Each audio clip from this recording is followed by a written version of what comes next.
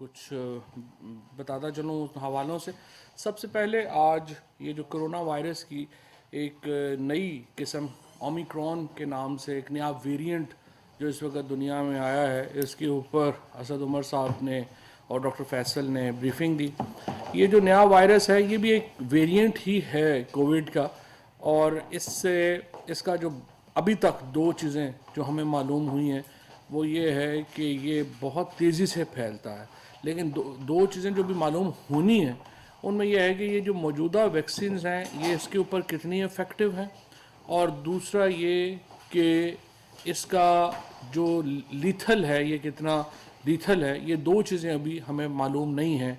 जो delta virus के बारे में जिस तरह पहले कहा जा रहा था, इसकी आप अंदाज़ा ये लगा लें कि ये 10 गुना ज़्यादा रफ्तार से फैल रहा है। जिन ममालिक से जो एविडेंस आई है अभी तक सिर्फ हमें यही पता है कि बहुत तेज़ी से फैलता है, और इसकी लीथल कितना है और वैक्सीन कितनी इसको इफ़ेक्ट करती हैं, इसके बारे में डॉक्टर फैसल का कहना है कि 2 से 3 हफ्ते लगेंगे इस चीज़ को कंक्लूड करने में।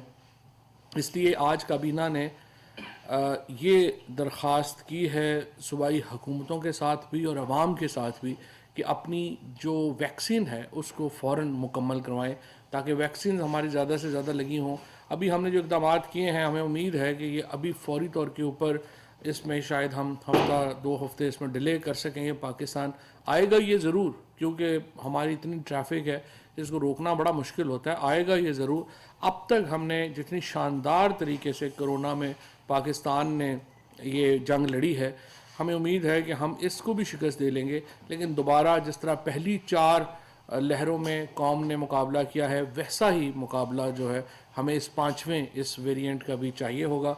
और उसके लिए इम्पॉर्टेंट सबसे अहम बात यह है वैक्सीन लगवाएं, और उसके बाद दूसरी अहम यह है कि मास्क अब कहे जा रहे हैं कि दोबारा आपको पहनने पड़ेंगे। ज़्यादा उसको दरमियान से हट गया था तवज्जो, अब दोबारा मास्क जो हैं वो भी पहनना पड़ेंगे। लेकिन उससे पहले वैक्सीन लगाना जो है वो बहुत ज़रूरी है। उसके बाद ईवीएम के ऊपर एक अहम जो फ़ैसला जो आज काबीना की तरफ से डिस्कस हुआ है वो ये है कि जो कानून में तब्दीली है उसके बाद इलेक्शन कमीशन को हम ये समझते हैं कि अगले तमाम जो अभी बाई इलेक्शंस हैं ये ईवीएम के ऊपर कराने लाजमी है। और अगर इलेक्शन ईवीएम के ऊपर नहीं होते तो एक नुक्ता नज़र ये है कि हुकूमत उसको फ़ंड नहीं कर सकेगी, क्योंकि कानून सिर्फ ईवीएम के ऊपर इंतखाबात को मानता है। लॉ मिनिस्टर साहब जो हैं उनका भी यही ख्याल है कि बादिल नज़र में जो हुकूमत है वो इलेक्शन कमीशन को तभी फ़ंड इलेक्शंस के लिए दे सकेगी जब वो इलेक्शंस ईवीएम के ऊपर होंगे। लिहाजा हमने एक कमेटी जो है वो बनाई है, लॉ मिनिस्ट्री इसके ऊपर एक लीगल ओपिनियन भी अपनी जो है वो बनाएगी, वो देगी। और बादी नज़र में जैसा मैंने अर्ज़ किया कि हम सिर्फ उन्हीं इंतखाबात को फ़ंड कर सकेंगे आइंदा से जो कि ईवीएम के ऊपर होंगे, और इसलिए हम चाहते हैं कि इलेक्शन कमीशन इसकी तरफ भरपूर तरीके से आगे बढ़े। और पार्लियामेंट ने चूँकि ये अब मैंडेट दिया है, ये लाजम किया है कि इलेक्शन जो है वो इलेक्ट्रॉनिक वोटिंग मशीन पे होने हैं, लिहाजा उसको फौरी तौर के ऊपर इलेक्ट्रॉनिक वोटिंग मशीन के ऊपर जो है वो शिफ्ट किया जाए। इसके साथ साथ काबीना ने जो लाहौर में वीडियोज़ आई हैं जिसमें वोट ख़रीदे जा रहे हैं उसके ऊपर शदीद तशवीश का इजहार किया है। और हम समझते हैं कि अगर सेनेट के इंतखाबात में जिस तरह से ख़रीदारियाँ हुई वोट की, अगर उस वक़्त इसके ऊपर तेज़ी से अमल किया जाता तो आज इन इंतखाबात में ये सूरत हाल नज़र ना आती। किसी भी जमहूरी मुल्क में जहाँ इंतखाबात बुनियाद होते हैं हकूमत साजी की, वहाँ बहुत अहम है कि इलेक्शंस का जो सिस्टम है वो शफाफ हो और उसके ऊपर तमाम लोगों को एतमाद हो। लिहाजा इलेक्शन कमीशन का मजबूत होना बहुत ज़रूरी है, लेकिन इसके साथ साथ इलेक्शन कमीशन का इफ़ेक्टिव होना बहुत ज़रूरी है। उसका काम करते हुए उसे नज़र आना चाहिए। और हम समझते हैं कि इलेक्शन कमीशन को इस मामले को एक मंतकी इंजाम तक पहुँचाना चाहिए, ना सिर्फ सेनेट के इंतखाबात में जो वोट रिगिंग हुई उसको, बल्कि अब लाहौर वाला जो हुआ है मामला उसको भी, इसको आधे रास्ते में नहीं छोड़ें, इसको मुकम्मल करें।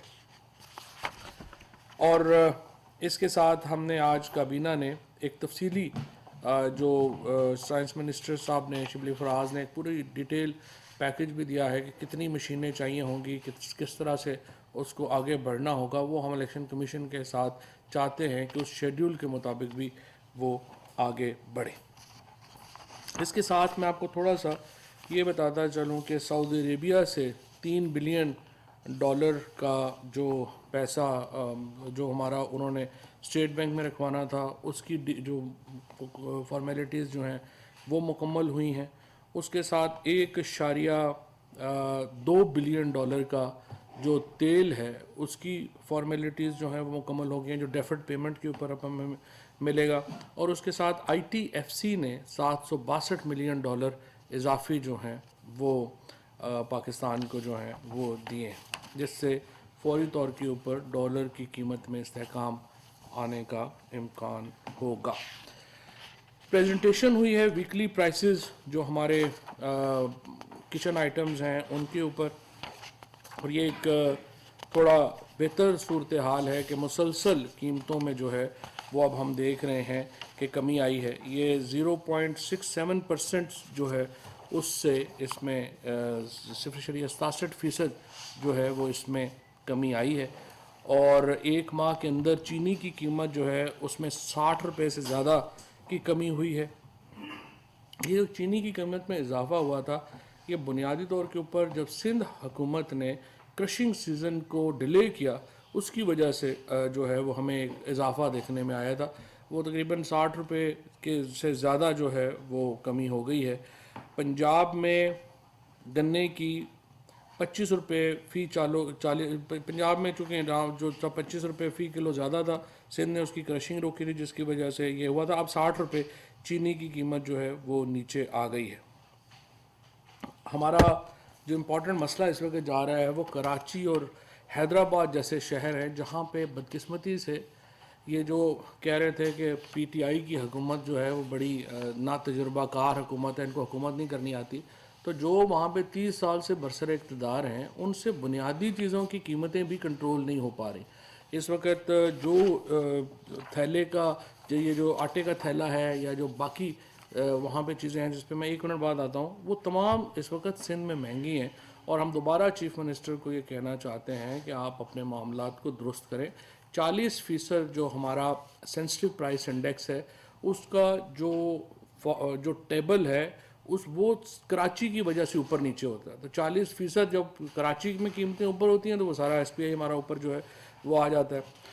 बहरहाल ये मैं आपको बता दूं कि टमाटर की कीमत में 15.4% कमी हुई है, प्याज की कीमत में 7.4% कमी हुई है, चिकन की कीमत में 6.6% कमी हुई है। इसी तरह से जो वीट फ्लोर बैग है उसका वो कीमत जो है वो -1% उस 1% उसमें कमी हुई है। LPG की कीमत में 0.7% कमी हुई है।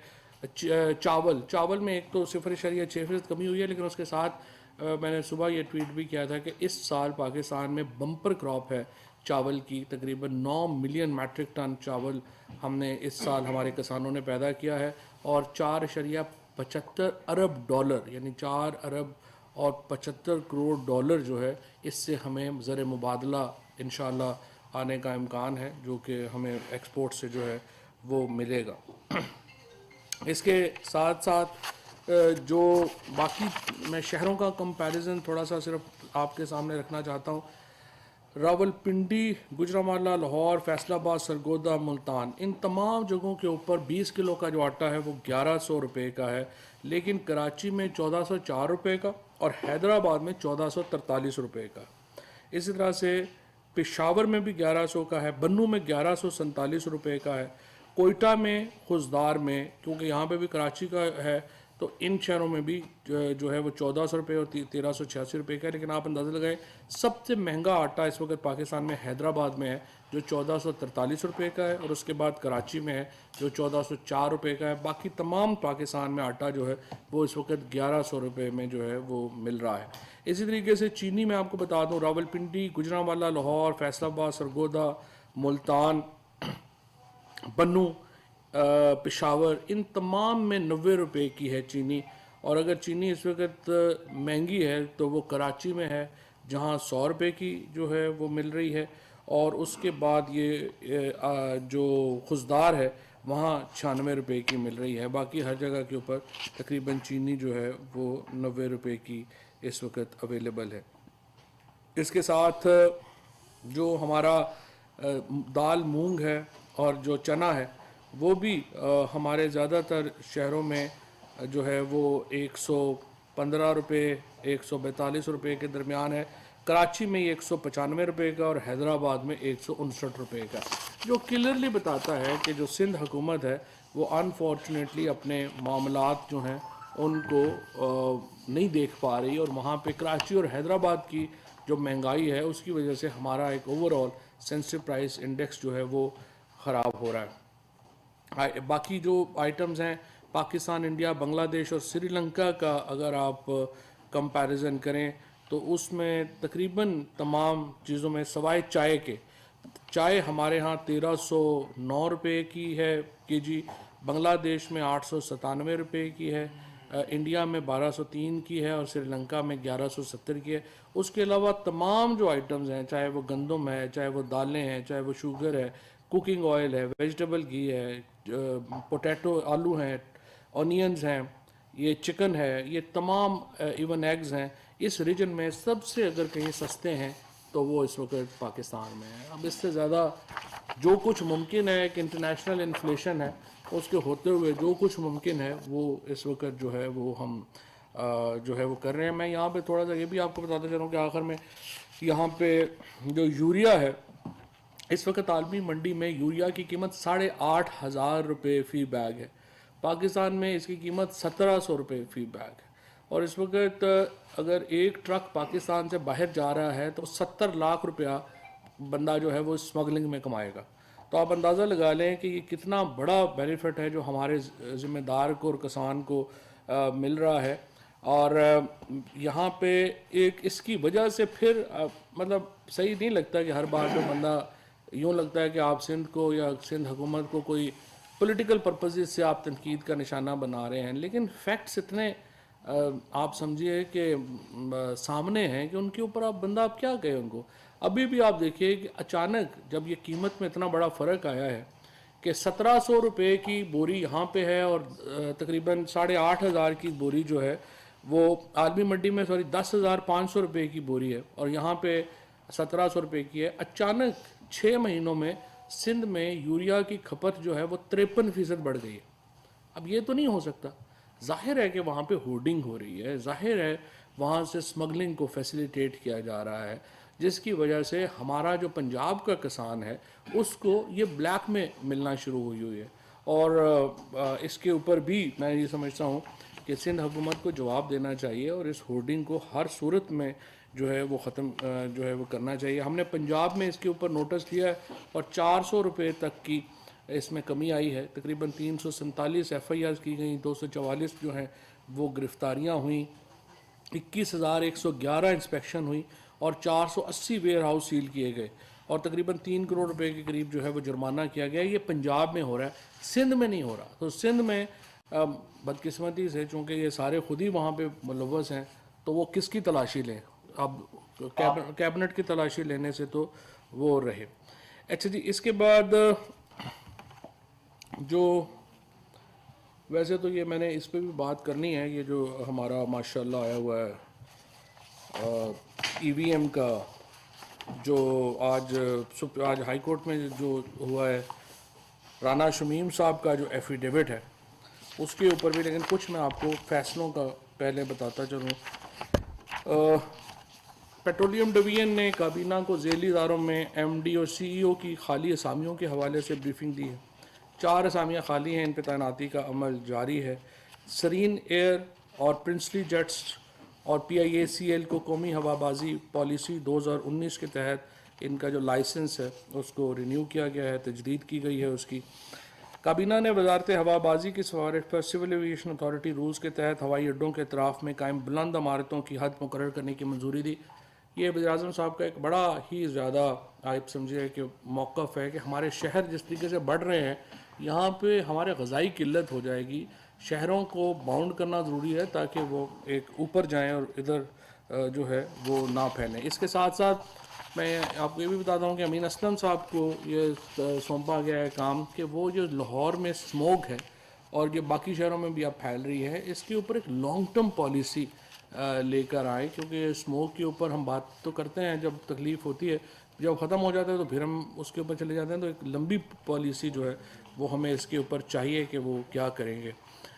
इसके साथ साथ जो कॉप में जो रिप्रेजेंटेशन थी हमारी मिनिस्ट्री ऑफ इन्वायरमेंट की, उसको भी काबीना ने और प्राइम मिनिस्टर साहब ने सराहा है कि उसमें बहुत कामयाबी से उन्होंने पाकिस्तान का मौक़िफ़ सामने रखा। वजारत कॉमर्स की सिफारिश पर काबीना ने पाकिस्तानी सफारतखाने तेहरान में तैनात अमले को हार्डशिप पॉलिसी के तहत वतन वापसी पर ज़ाती इस्तेमाल की गाड़ियाँ दरामद करने की इजाज़त जो है वो दी है। तबलीगी जमात पाकिस्तान आने के लिए वीज़े की मुद्दत 120 दिनों से बढ़ाकर 150 दिन वो कर दी गई है। अब ये ई वीज़ा ले सकेंगे। हमारे इज्तिमा में बहुत तबलीगी हजरात जो हैं वो आते हैं पूरी दुनिया से, उनको भी ई वीज़ा की सहूलत जो है वो दे दी गई है। EOBI के जो चेयरमैन हैं उनकी जो एम्प्लॉयमेंट रूल्स हैं उनकी मंजूरी जो है वो दी गई है। ओवरसीज़ एम्प्लॉयमेंट प्रमोटर लाइसेंसेस जो हैं वो उनको प्रमोटर्स जो हैं उनको लाइसेंसेस भी दिए गए हैं। लेकिन वज़ीर आज़म साहब ने ये हदायत की है कि एक तो FIA जो हमारे इस वक्त ह्यूमन ट्रैफिकिंग हो रही है उसके ऊपर एक पूरा जामे इस वक्त एक लॉन्च करे अपना प्रोग्राम और उनको पकड़े जो ये इस वक्त ह्यूमन ट्रैफिकिंग में मुलव्वस हैं। और दूसरा जो प्रमोटर्स हैं जिनको लाइसेंस दिया जा रहा है, तकरीबन 16.5 लाख लोग पाकिस्तान में 3 साल में बाहर गए हैं, बाहर के मुल्कों में मुख्तलिफ वीज़ों के ऊपर गए हैं। अब ये इतनी बड़ी तादाद बाहर गई है तो उसको हम ये चाहते हैं कि पता चले कि ये तमाम जो वीज़े थे ये जायज़ तरीके से इस्तेमाल हुए लाइसेंस में, उसके ऊपर भी एक कमेटी जो है उसकी तश्कील जो है वो की गई है। Gas load management plan for winter जो है इसको मंजूर किया गया है और CNG सेक्टर को 1 दिसंबर 2021 से 15 फरवरी 2 हमारा प्रॉब्लम देखें ये क्या है इस वक्त 9% पिछले साल हमारे गैस के रिज़र्व्स जो हैं वो डिप्लीट हो गए यानी कम हो गए और इस साल फिर 9% हमारे कम हो रहे हैं। बहुत बड़ी तेज़ी से हमारे गैस रिज़र्व्स जो हैं वो डिप्लीट हो रहे हैं और जो नई गैस के ज़खायर की जो तलाश है उनमें हमें उतनी बड़ी कामयाबियां नहीं मिल रही। सो इसका मतलब यह है कि हमारे जो ज़खायर हैं गैस के उनको हम ज़्यादातर को इस्तेमाल कर चुके हैं। अब हमारा अगला जो चैलेंज आएगा वो ये आएगा कि हमारे यहाँ गैस नहीं होगी अपनी जो हमारी इंडिजिनस गैस थी, जैसे सुई में एक बहुत बड़ा गैस का ज़ख़ीरा है, तो या तो कोई अल्लाह मेहरबानी करे और पाकिस्तान के अंदर से कोई सुई जितना बड़ा को गैस का ज़ख़ीरा हमें मिल जाए, अदरवाइज़ ये गैस हमारी डिप्लीट हो रही है और इसके लिए एक अल्टरनेटिव स्ट्रैटजी बनाना ज़रूरी है। यहाँ मैं ये भी बता दूँ गैस के ऊपर मीडिया में बहुत ज़्यादा शोर होता है, लेकिन गैस पूरे पाकिस्तान में सिर्फ 28% लोगों को मुयस्सर है। पाकिस्तान के 78% लोगों को पास जो हमारे जैसे लोग जो जेलम में रहते हैं, बाकी जो अपना मियाँ वाली में रहते हैं, बाकी भक्कर में रहते हैं, लिया में रहते हैं, डेरा इस्माइल खान में रहते हैं, मरी में, बाकी जगहों पे गिलगित बल्तिस्तान DI खान, हमारे लोगों के पास गैस नहीं है। और हम ये जो 78% आबादी है ये बुनियादी तौर के ऊपर 28% आबादी के को फैसिलिटेट कर रही है। ये हम लोग कुर्बानी दे रहे हैं अपने 28% जो शहर में लोग बसते हैं उनके लिए। तो हमें एक ऐसी पॉलिसी की ज़रूरत है कि आप 100% पावर जो आबादी है वो उससे फ़ायदा उठाए, सिर्फ 28% आबादी जो है वो यरगमाल ना बना ले तमाम रिसोर्सेज को। अब ये 28% जो आबादी है इसको गैस देने के लिए आप देखें कि हम क्या क्या कर रहे हैं। नंबर 1, CNG सेक्टर को 1 दिसंबर 2021 से 15 फरवरी 2022 तक बंद किया जा रहा है। IPPs और खाद फैक्ट्रियों को गैस की फराहमी 100% जारी रहेगी जैसे कि जारी है। एक्सपोर्ट सेक्टर की सनतों को गैस की फराहमी जारी रहेगी। LNG पर चलने वाले पावर प्लांट्स को 5% इजाफी गैस दी जाएगी। सर्दियों में अच्छा अब हम क्या कर रहे हैं, हम कर रहे हैं कि लोग गैस इस्तेमाल ना करें, सर्दियों में बिजली इस्तेमाल करें क्योंकि बिजली हमारे पास एक्सेस है। सो उसके लिए क्या किया है कि घरेलू सार्फिन के लिए जो बिजली की कीमतें हैं उनमें कमी की गई है ताकि वो हीटर और स्पेशली जो गीज़र है उसके लिए वो उधर जाए। और 12.96 पर किलोवाट जो है अब इसका एक स्टैंडर्ड रेट पर यूनिट जो है वो दिया गया है ताकि लोग जो हैं वो बिजली की तरफ आएँ। सीएनजी, सीमेंट और कैप्टिव पावर से बचने वाली गैस को घरेलू सार्फिन के लिए इस्तेमाल किया जाएगा। इस तरह ITNE और chairman press council of Pakistan की तैनातियों के लिए सिलेक्शन बोर्ड जो है वो कायम किया गया है। सेक्रेटरी इंफॉर्मेशन होंगे, मिनिस्टर होंगे, एडिशनल सेक्रेटरी होंगे, ग्रेड एस्टेब्लिशमेंट डिवीजन और लॉ मिनिस्टर्स का ऑफिस जो है वो इसका होगा। काबीना ने कोरोना वायरस के पेश नज़र इंसानी हमदर्दी की बुनियाद पर ट्यूनिस को और फिर अफ़गानिस्तान को भी इमदाद की मंजूरी दी है। अफ़गानिस्तान को हम 50,000 मैट्रिक टन गंदम जो है वो भिजवा रहे हैं और अब देखेंगे कि इसको मज़ीद इसमें हम क्या इजाफ़ा कर सकते हैं।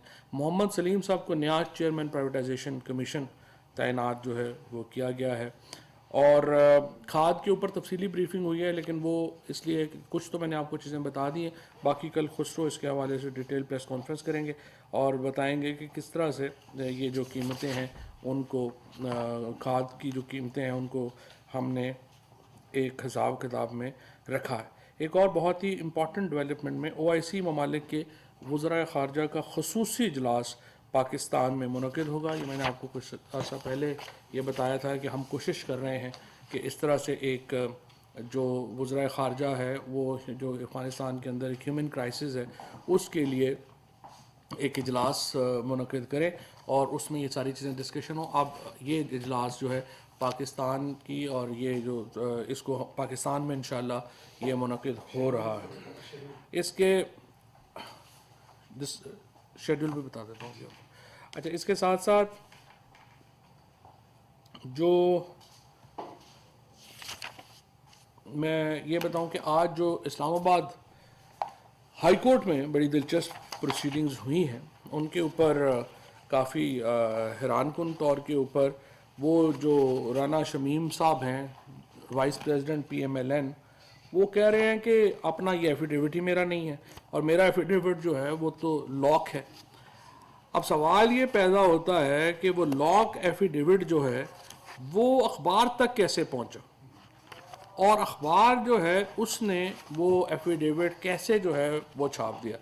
लग यूँ रहा है कि एफिडेविट जो है वो नवाज शरीफ साहब के ज़रिए इस अखबार तक पहुंचा और अखबार ने नवाज शरीफ साहब के बयान के ऊपर ये चला दिया। अब ये चूँकि समाअत इस वक्त इस्लामाबाद हाई कोर्ट में चल रही है, यहाँ पे जिस तरीके से एक जुडिशरी के ख़िलाफ़ और फ़ौज के ख़िलाफ़ एक कैंपेन PMLN ने स्पॉन्सर की जिसमें कुछ मीडिया के लोग भी शामिल हैं, मुझे उम्मीद है कि अदालत उसका भरपूर नोटिस लेगी और इसको भी एक मंतकी इंजाम तक पहुंचाया जाएगा। जिस तरह से हम धांधली को कह रहे हैं कि इलेक्शन कमीशन मंतकी इंजाम तक पहुंचाए, उसी तरह से अदालतों को चाहिए कि अपने खिलाफ चलने वाली मुहिम को भी आगे लेके चलें। साहब, लास्ट जो प्रेस कॉन्फ्रेंस हुई थी उसमें आपने वीडियोस का तज़किरा किया था इस बात के साथ जिसमें मनपसंद चैनल्स को और सहाफ़ियों को प्लाट्स और जी आपने वो लिस्ट तो दे दी चैनल्स के हवाले से, जिन मनपसंद सहाफ़ियों को प्लाट्स दिए गए आउट ऑफ द वे और जिनको मज़ीद मराद दी गई उनकी भी थोड़ा सा बता दें। अभी कोई लिस्ट नहीं थी। जुमेरात को इनिशियल रिपोर्ट जो है वो मुझे कहा है इन्होंने कि हम देंगे, जुमेरात को इंशाल्लाह लेके आएंगे। जी शाकिर, 40 अरब का डाका, ये एक दो कॉलम भी छपे हैं, खबरें हैं कि जो कोरोना फंड आया था उस पर क्या कैबिनेट में इस सवाल से कोई बात हुई है? हुकूमत की तरफ से इस सवाल से कोई मौक़िफ़ नहीं आ रहा कि बाकी इसको कुछ इजाज़त है या नहीं? पहली बात तो यह है कि ये तो बिल्कुल ही गलत है कि हुकूमत की तरफ से कोई मौक़िफ़ नहीं आ रहा। पहले ही दिन फाइनेंस मिनिस्ट्री ने बड़ी तफसील से ये बताया है कि ये जो ऑडिट पैराज हैं इनके ऊपर वो क्यों दुरुस्त नहीं है। ज़्यादातर लोगों को ऑडिट का प्रोसेस भी नहीं पता कि कैसे होता है और उसको वो इरेगुलरिटी कहते हैं। मिसाल के तौर के ऊपर आप देखें कि ऑडिट ऑब्जेक्शन ये भी है कि तमाम वैक्सीन जो है वो PIA के ज़रिए आनी चाहिए थी पाकिस्तान, और चूँकि वो PIA के ज़रिए नहीं आई तो उन्होंने कहा कि नहीं, इतने लाख रुपए बच, इतने अरब रुपए बच जाते अगर आप PIA से मंगवाते। अब PIA की फ़्लाइट्स अगर बैन है यूरोप में तो वो कैसे वहाँ से आती, तो इसको उन्होंने इरेगुलरिटी डिक्लेयर कर दिया। इसी तरीके से कई और चीज़ें हैं जिनमें कि अगर लोगों को पैसे जारी हुए और कोई मसलन एहसास प्रोग्राम में बहुत सारे लोगों को पैसे जारी हुए, वो लोग पैसे लेने नहीं आए कई वजूहात की बिना पे। किसी का आईडी कार्ड एक्सपायर हो गया होगा, कई लोग जो हैं उनकी डेथ हो गई होगी, वो पैसे जो हैं वो वापस चले गए। तो उसको भी वो ऑडिट ने कहा है कि ये पैसे जारी हुए लेकिन इस्तेमाल नहीं हो सके। सो इस तरह की ऑडिट ऑब्जेक्शन हैं, कोई ऐसे, लेकिन उसके ऊपर कंप्रीहेंसिव जवाब जो है वो भी आज उसमें डिस्कशन भी हुई थी और सानिया निश्तर ने इसके ऊपर बड़ा डिटेल जवाब अपना दिया है।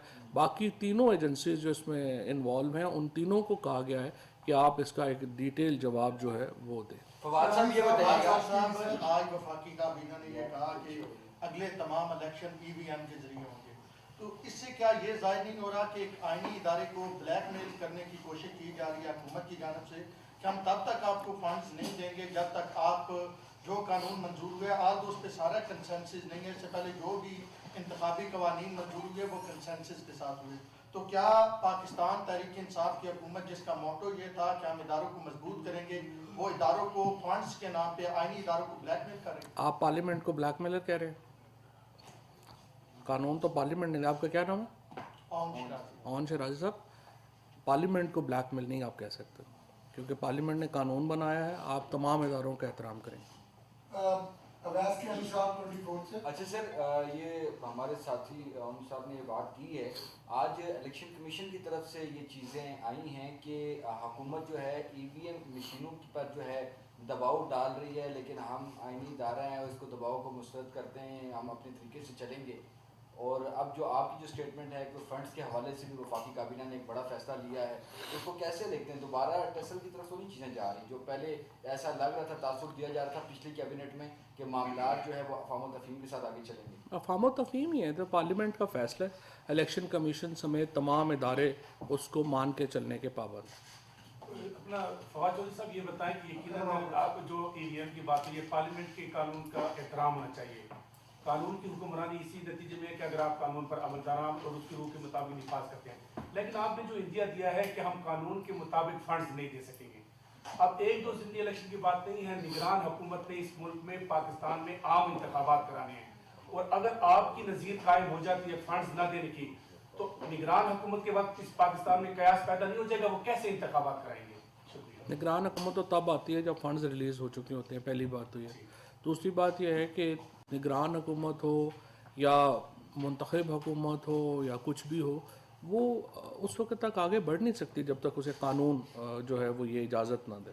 तो कानून अगर इजाज़त देगा, लॉ मिनिस्ट्री जो है वो इसके ऊपर गौर करेगी, उस हम तो ज़ाहिर है कि अपनी लीगल ओपिनियन जो भी आएगी उसके मुताबिक चलेंगे। अच्छा सर, आपने कोविड के न्यू वेरिएंट की बात की, इंटेंसिटी को मद्देनजर रखते हुए कहीं दोबारा से लॉकडाउन की तरफ तो नहीं जाएंगे अगर ये अवसर आपने? अल्लाह करे कोई ऐसी सूरत हाल पैदा नहीं हो, लेकिन ये तो अब सूरत हाल के ऊपर है कि किस तरह से आगे मामला जाते हैं। फौरी तौर के ऊपर ऐसा खदशा नहीं। सर, जलसों का मौसम है, पीडीएम और शहबाज शरीफ की तरफ से रोज़ मुतालबा किया जाता है वज़ीर आज़म के इस्तीफे का।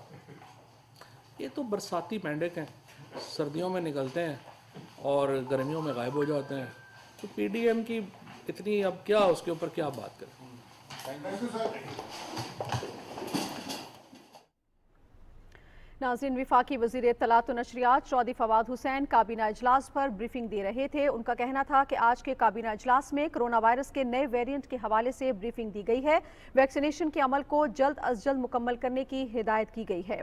ईवीएम पर आने वाले इलेक्शन को कराने के हवाले से बात की गई है। उनका कहना था कि हम चाहते हैं कि इलेक्शन कमीशन अपना काम जल्द अज जल्द मुकम्मल करे। काबीना ने वोट रिगिंग के हवाले से जो वीडियो सामने आई हैं उस पर भी शदीद तशवीश का इजहार किया है। अशया खुर्दनोश की कीमतों के हवाले से उनका कहना था कि कीमतों के हवाले से जायजा लिया गया है। बेशतर अशियाए ज़रूरिया की कीमतों में कमी वाक़ हुई है। पंजाब के मुकाबले में सिंध में आटे की कीमतें ज़्यादा हैं। स्मोक के हवाले से लॉन्ग टर्म पॉलिसी के पर बात की गई है ताकि इस मसले से मुस्तकिल बुनियादों पर निपटा जा सके। PTV न्यूज़ से फिल वक्त इतना ही।